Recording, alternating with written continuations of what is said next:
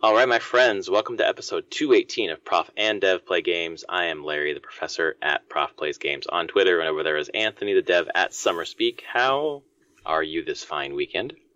Doing okay. It was relaxing. Yeah. A relaxing weekend. Nice. Mine too. What'd you do to relax? Played Fallen Order.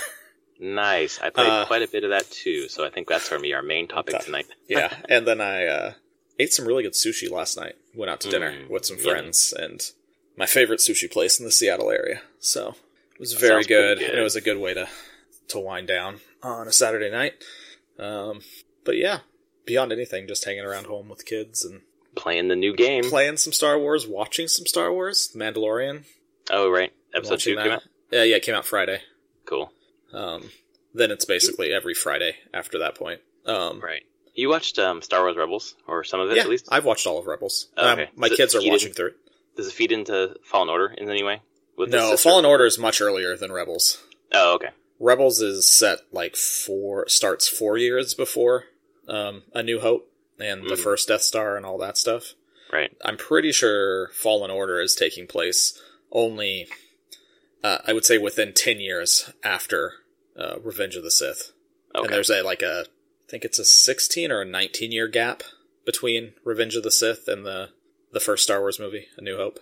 So the thing that I should do then is watch the last prequel movie, because I did not watch that one. I guess. I mean, all you need to know is that the clones were programmed, that Order 66 went out from the Emperor, which turned them all to kill the Jedi who were leading them.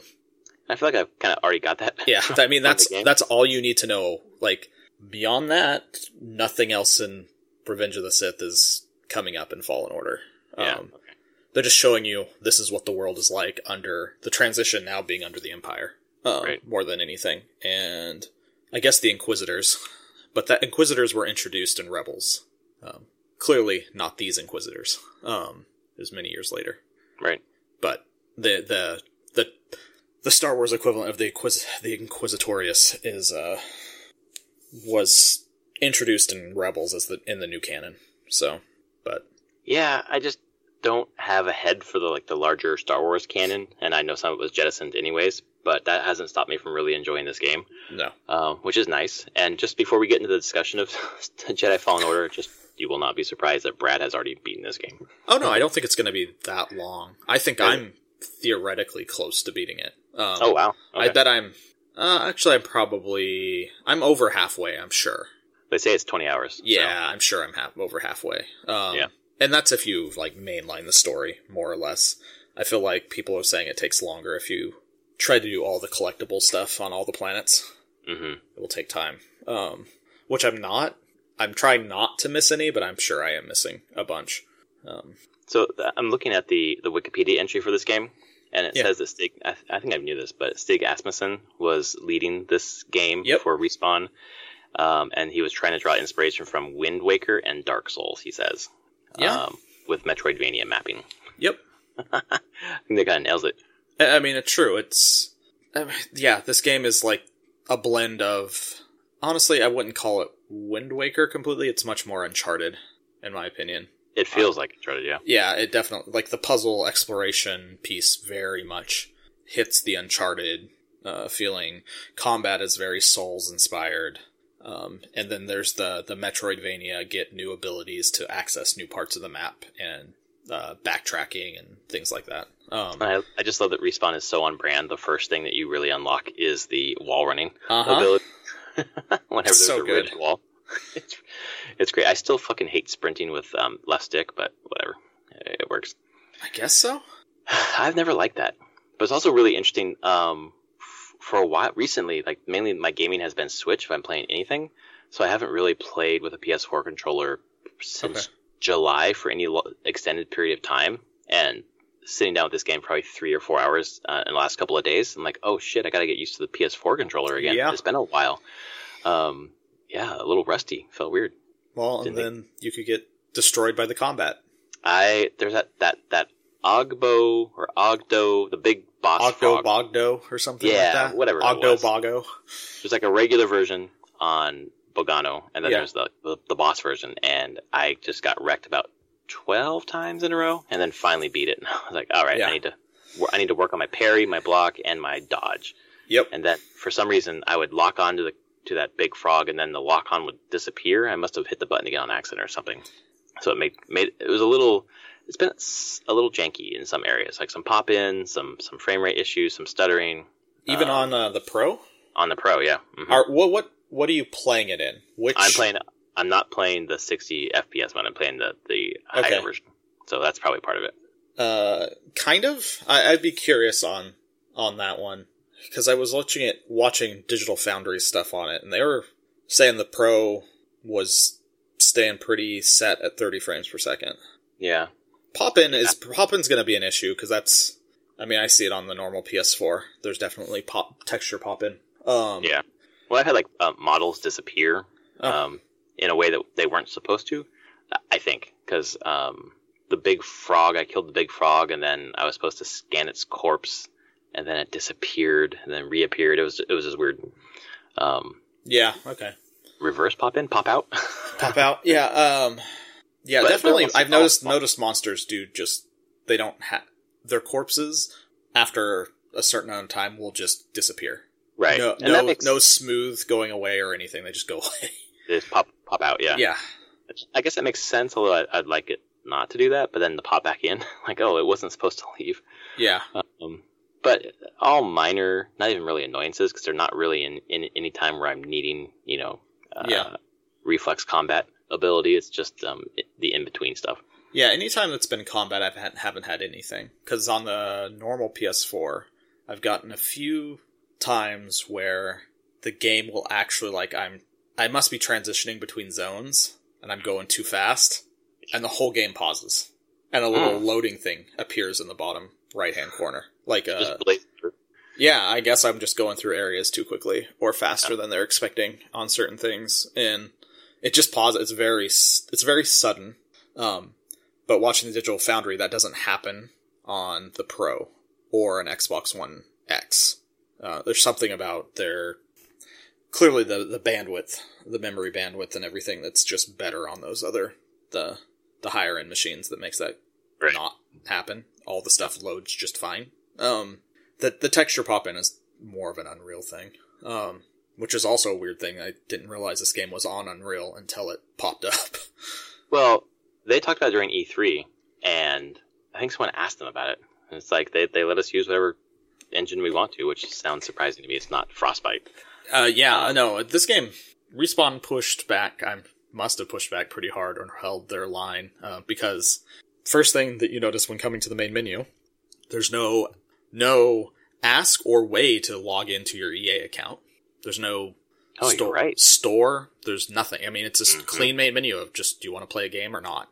Like, settings. I wonder if that was part of the buying terms. Like, yeah, you can buy a side or whatever if X, Y, and Z. I don't know if that's allowed or whatever, but it is interesting that it's not monetized or... They don't even log into an EA account. That was weird to me. I expected there would be somewhere that they'd say, hey, log into your EA or your Origin account. Right. For tracking or whatever. I don't know. But... You're getting this great single-player Star Wars game. We're not going to let you load it up with your shit. Pretty much. It is. I mean, I'm obviously only a couple hours in, but it feels fantastic. And having played at least half the campaign of Battlefront 2, it just seemed like a greatest hits of Star Wars. This is actually like building deep-ish character. Yes. Which is nice. Avalon is apparently one of the writers on this. Which is cool. I will say that's one, as the game has gone on, I've been really impressed with with the main character quite a bit. The depth that they're pushing there, and that's the themes that they're pushing. A lot of themes of trauma and recovering from trauma. And that doesn't go away. It continues. It continues to that arc of what it is to go through major trauma. That's cool, because it kind of hints at that at the beginning. And it continues, and it goes deep. And it goes deep with Seer. Yeah. Her trauma as well. I heard she in some way steals the show in terms of characterization. Is that? She's really good. Yeah. I mean, she's still very a supporting character though. Okay. Right now I don't feel like I've over halfway through the game, I don't feel like I've gotten enough of her that she would overshadow the main character. Right. Because it's really just her talking to the main character every once in a while. But the other like supporting characters have been great. The second sister has been fantastic. Really? Yeah, like really good villain. So yeah, I am have been very impressed with the writing so far and the overall story. It's going a lot deeper for a Star Wars nerd than I thought it was going to go. Mm-hmm. So, and are there a lot of Easter eggs that you would obviously pick up on if you're way into Star Wars, as opposed to me? I guess a few. I mean, yeah. I noticed things here and there, and like one-off names and stuff. Like there's certain planets you're going to. Because I assume you've made it off the Bogano at this point. No, I'm actually not. I'm not at I'm just about to get to the central spire or whatever. Okay. So I paused it or stopped it right before I went in. So after that you'll get a choice of 2 planets that you can go to. Okay. And you can go between them if you want to. It's fine. It's not like you're locked to one. But one of the planet is completely brand new planet, never heard of before. Other planet is a planet that's been in the lore forever. Okay. And there's a bunch of stuff on it, and you're like, me, hard pressed, go into that planet right now. Don't care about this other stupid planet. Go into this other one. Which didn't matter. I did some of it, and then you get blocked on that planet no matter what. Like you don't have the abilities to continue. You need to go to you have to go to the other one. It makes it really fun to explore because I've just been having a fun time running around Bogano and like poking around and seeing where I can go. Like I immediately went, like as soon as I got on Bogano, I immediately went underground at the beginning part there and found like the red ball and the red whatever that you couldn't go into. Obviously I'll get probably I solved all that. Pull. Yeah, you get like a pull ability or something. You get push, pull, and slow. Oh, okay, I think don't we have slow when you start? You have slow when you start. Yeah, I guess you do start out with slow, and then you get push and you get pull. Do I have anything else? Crap, I might have something else. Oh, double jump, basically. Okay. Ability to flip in the air to get extra distance. So I think I have all the traversal abilities and now. I just got the flip. So now I'm kind of going back to different places. And going to all the places that I'm like, I know I can get over there eventually. So yeah, and then your droid BD-1 gets a bunch of stuff as well. Cool. That's more allowing you to get access through different doors, solve puzzles in different ways. Like, it's a neat way to do other ability unlocking. Mm-hmm. It's like go up zip lines in the wrong direction. So you can go back up a zip line or go up an inclined zip line. Cool. Which comes in real handy later.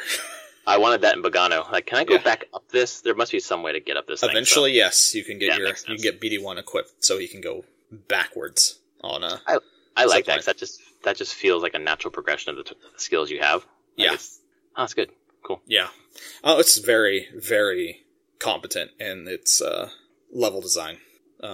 As you get farther into the game, there's just these levels get huge. Just massive, and they wrap around on themselves. I wouldn't say as good as like Bloodborne, but good still. Like, yeah, and I like the shortcut mechanic that's already come into play, and I know that's a big thing about Bloodborne and Dark Souls that I never really was able to feed into, but I've heard about so damn much. So it's nice to kind of see it happen in game and think, oh, this is what those fuckers were talking about.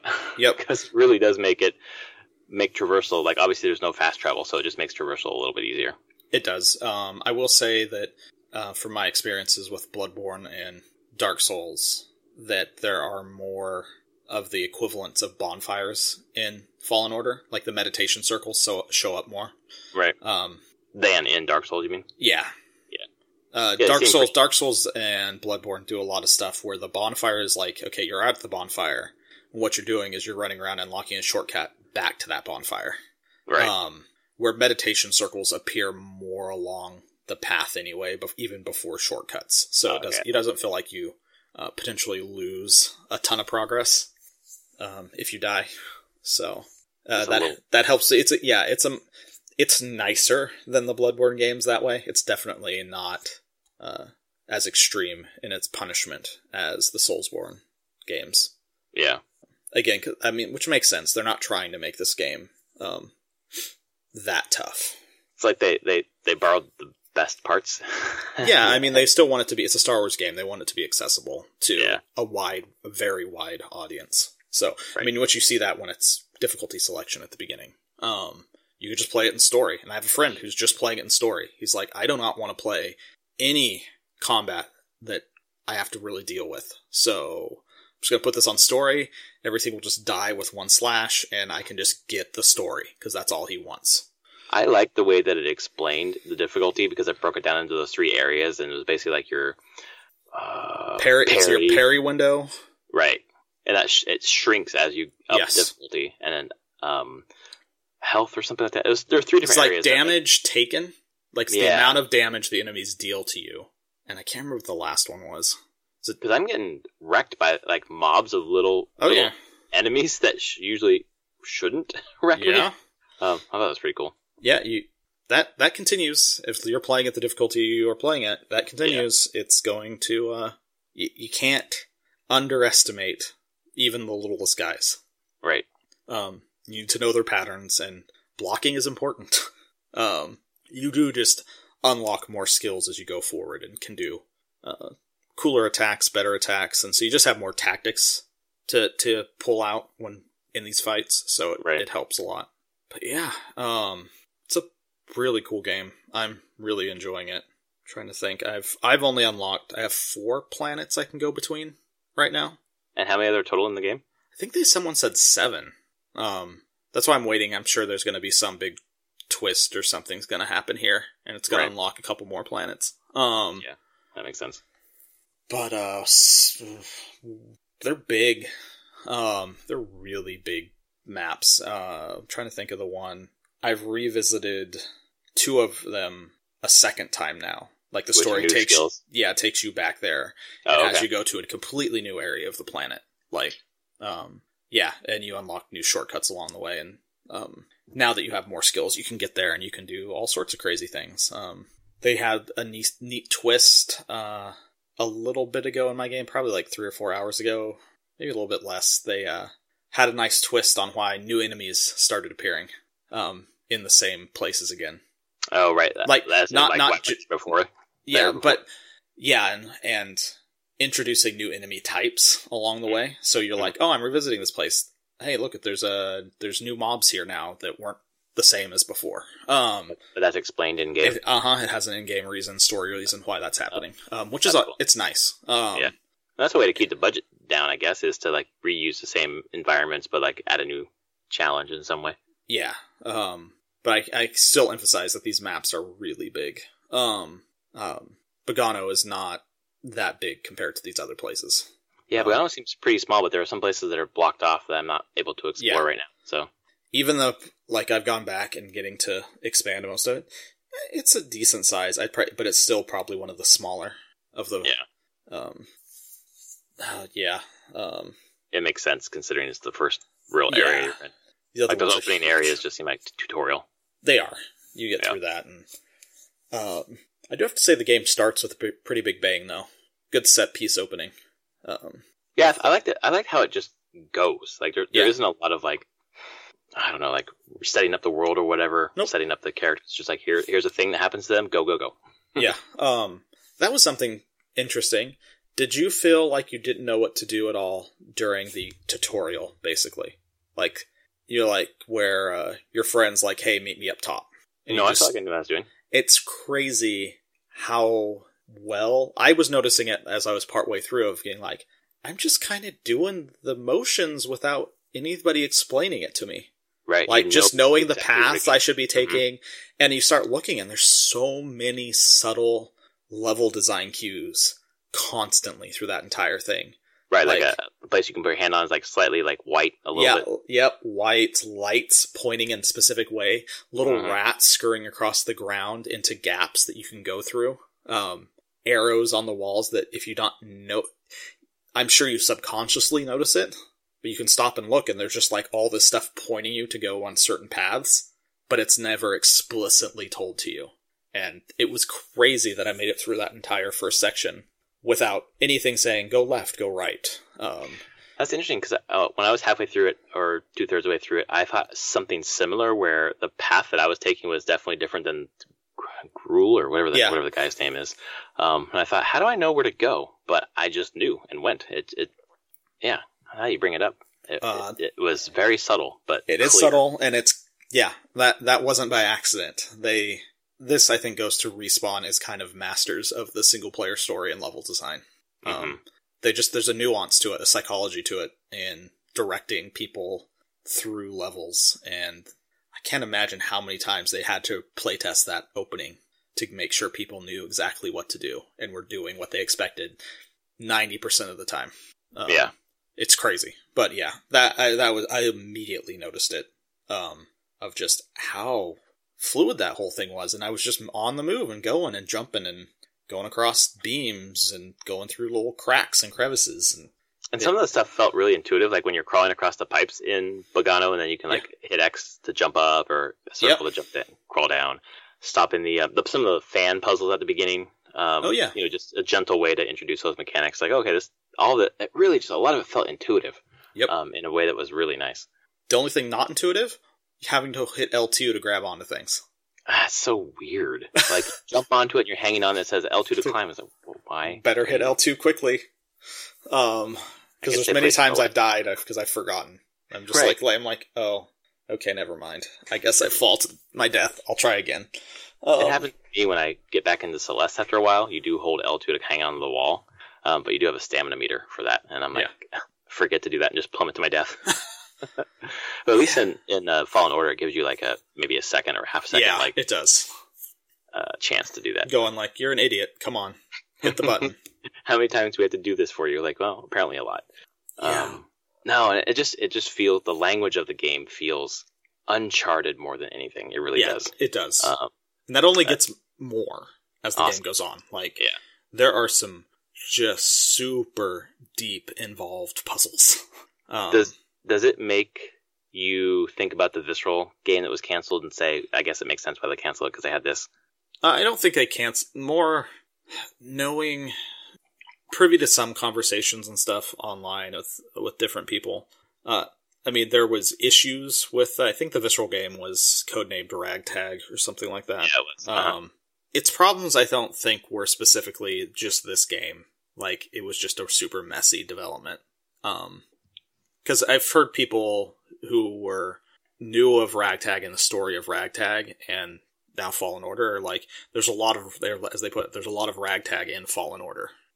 Yeah, because that's kind of what I was thinking, getting toward my question, is that the early leaks or whatever discussion of Ragtag was that it was very Uncharted esque, obviously because Hennig was heading it. Yeah. But it was like a lot of that DNA either transferred to this game or was already a part of it. I think so. I think it was kind of already part of it, and then clearly they were, as far as I know, Ragtag was not set in the same time period, though. You were like it was some sort of thief or... Yeah, it was a different Star Wars time period than this, but there's a lot of themes that were, I think, I've heard are similar. So, yeah, I don't know exactly what it was, why Ragtag and Visceral's thing was completely nixed, but I'm sure this didn't help that this was there, where they just showed like, hey, we would love to do this, and honestly probably just had a better demo ready to go. Like they got EA management was like, we want this, we don't want this other thing. Right. But that also probably is a more of also thing that who knows what state Ragtag was in.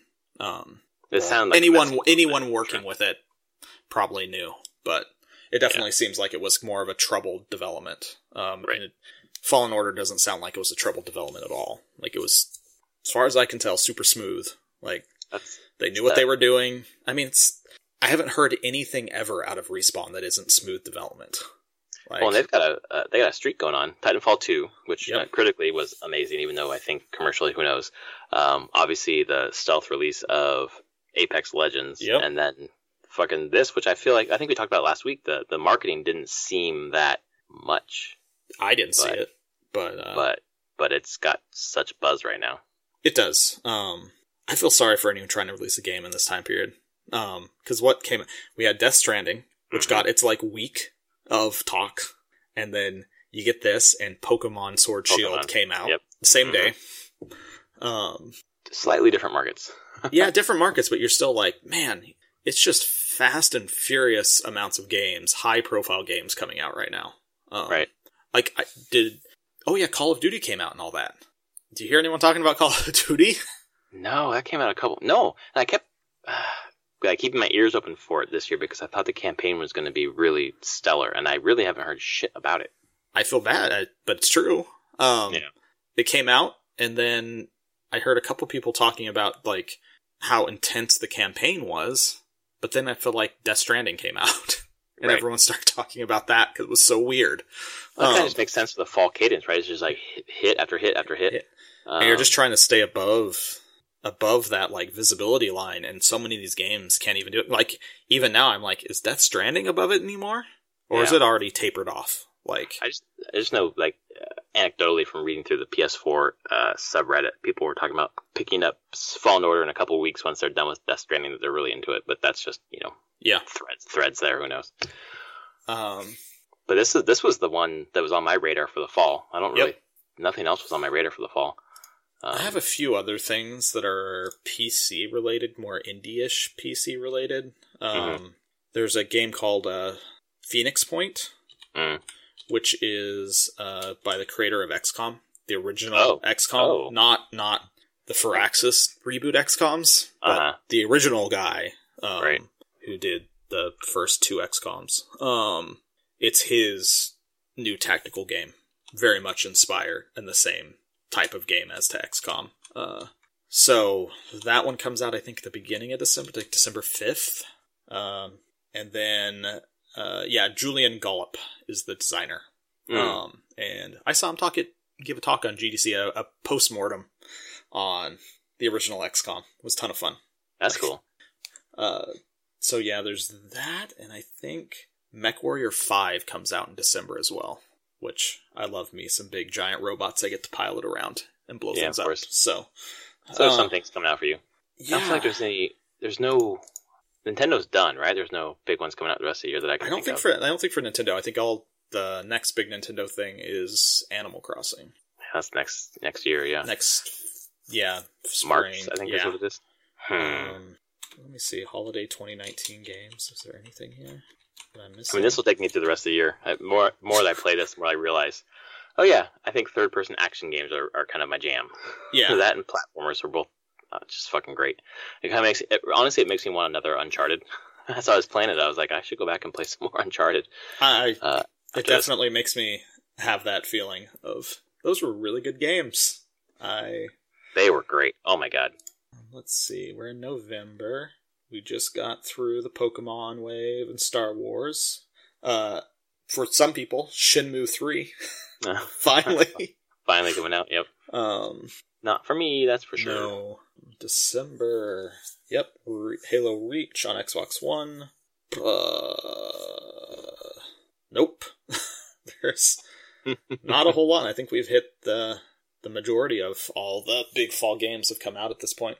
Are there any games that came out earlier in the year that you didn't get that you're kind of got your eye on for Black Friday weekend?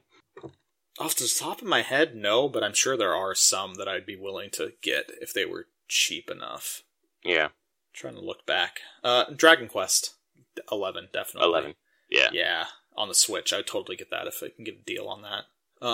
For me, it's Days Gone on the PS4 I didn't get. Oh, yeah. And it's going to be $20. And then Resident Evil 2 Remake is going to be $15. So wow. Yeah, that's a pretty good price for that game. And then I'm hoping Divinity Original Sin 2 on Switch goes on sale, because I don't want to pay full price for that again, but I'd love to have it on Switch. Yeah. So those are three things I'm looking at. Yeah, I think I'm trying to look through this list if there's anything that really stands out for me.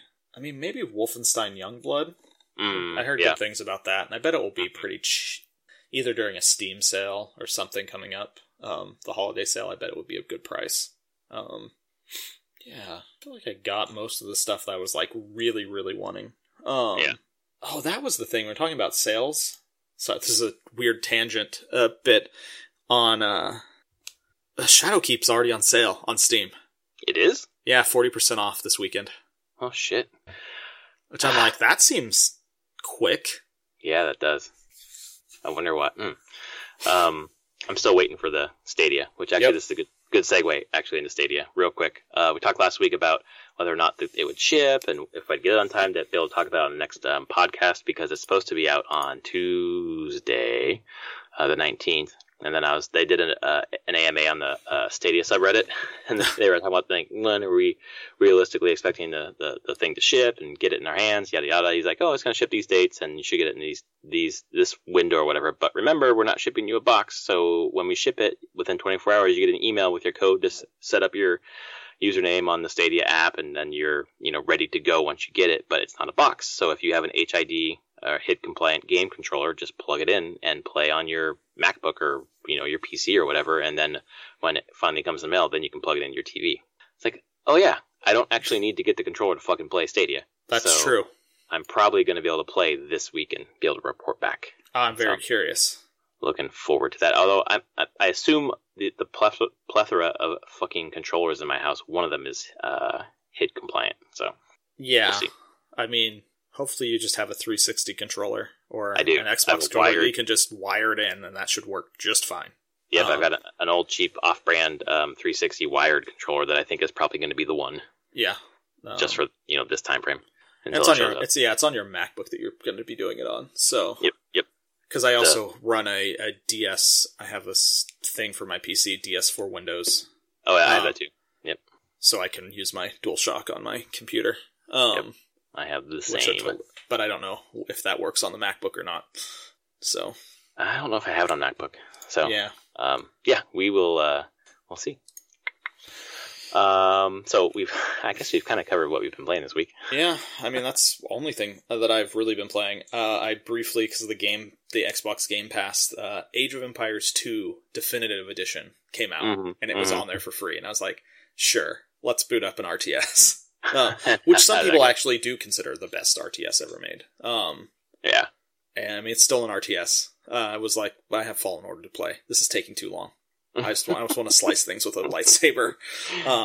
But it looks good, and it makes it like fully playable on modern PC. So, if you like your real-time Civilization, basically, it's included in Xbox PC Game Pass. So, best deal around, I think, for PC games. Really, it really is. Yeah, it's amazing. I'm like, why would I ever sign up for EA's thing? It's so few games compared to what this thing gives you. Right. Yeah, it's kind of the future, right, of the gaming space, having these sort of subscription services. Yeah, I feel bad for the devs, though. This is going to be such a race for the bottom. I feel like we're already fucking there. Like, people are waiting for sales or... No, it can get worse. It can get way worse. True. Yeah, that's kind of where we're at. Makes me sad. Yeah. I know, me too. The same. I mean, so much content, right? Like Netflix... Spotify. Like, I'm going to finish here, and I'm going to watch... I could play for more Fallen Order, but I want to watch Watchmen. Right, on HBO. On HBO, because it's really good, but then that's probably going to finish, and then I'll probably be done for tonight. And go sleep. Yeah. Or go read a book in bed, and then fall asleep. But there's such little time to do all the stuff that I want to be doing. I've got to do work tonight, so I wish I could be playing. We'll see if I can get through it quickly and play a little bit tonight. Who knows? But I'm at the door in that spire to go into whatever the fuck it is. So I'm being called to finish that. Yeah, you should finish that and kind of at least get back to the ship. Yeah. Because that will give you the kind of the sense of where you're going next. What's going to be the next things you're doing, and kind of get the thrust of the story. Kind of opens up the game, right? Yeah, I mean that's what it totally does. It's like, nope, here you go. Here is the basic loop of the game now. Go. We're just gonna make twists and make it bigger and grander, and it's really cool. They actually made a good Star Wars game. Took a while to get back to this point, and they had to buy someone else in order to fucking put it under the EA umbrella. But now I actually wonder finish this since they're not doing microtransactions, if there'll be just paid DLC. Like an expansion, like another planet or something like that. Another planet. Like a mini campaign, or if it will just be like, nope, that's it. Well, the next thing that we're going to do, if they want more, is a Fallen Order 2 or whatever. I don't know how it ends. I haven't been spoiled, so I don't know if there's really a continuation to this story, or if it would just be Respawn making another Star Wars game in the same vein, but a completely new characters and story time area. Right. So, I don't know. And the thing is, being over halfway through, I don't know how it's going to end. So, that's good. What's nice to Brad said it ends really well. I've read that it ends really well. I don't know what that means, but people are happy about it. So that's good news. And now that you've said that Travis is the voice of the Master, oh my God, I can't not hear him. I know. Oh, Travis Willingham. I'm like, I bet he was geeking out the whole time he got to play a Jedi Master in a Star Wars game. Yeah, that's got to be pretty cool. He's probably just like, this is so... Just knowing him and watching how his reactions to things like this. So. Yeah. Let's see, what's this? Something just popped up from Jeff Keighley tonight at 5:50 p.m. Tonight, Google Stadia has announced its launch lineup for Tuesday has increased to 22 games from the 12 announced last week. So, yes, that was the, oh shit. Yeah. People thought this was dumb. How quickly can we get the rest of these games running? Yeah, the ones they said were like for the rest of the year are basically all coming out in the first day. Yeah, they're like shit. So there's Youngbloods on there. Let's see what else. Rage 2 is on there. Metro Exodus, and Final Fantasy 15. Yeah, so those games all are coming out that first day. So there's quite a few there that I haven't actually played, so that's nice. With all your time. Oh, fuck, I know, exactly. Like, fuck me, I'm going to play Jedi Fallen Order. Here's your smorgasbord of games. It's my fucking life and you're already full. Enjoy. Got my Amazon Prime, got Netflix, got Hulu, fucking Kindle Unlimited. Oh God, you're on streaming. Yeah, all the streaming stuff, my PS4, my Switch, my Xbox, and all I'm doing is working. At least I'll be done in a couple of weeks, and I'll be able to just sleep. That's true. Not play games, sleep. Yes, exactly. Oh, man. That's what I want. Well, I got some time at the moment, so I will finish this game probably in the next few days. Awesome. Well, looking forward to hearing more about it next week then. Yeah. This was episode 218, Prof and Dev Play Games. He is the Dev. I am the Prof. We are on, what is it? Patreon. Prof and Dev Play Games. Search us out. We said we'd have our Patreon supporters topics this week, but we got subsumed by Star Wars, so they will be on next week. Please rate us on your podcast service of choice. Any words to take us out with, Anthony? May the Force be with you. Nice. See you next week, folks. Later.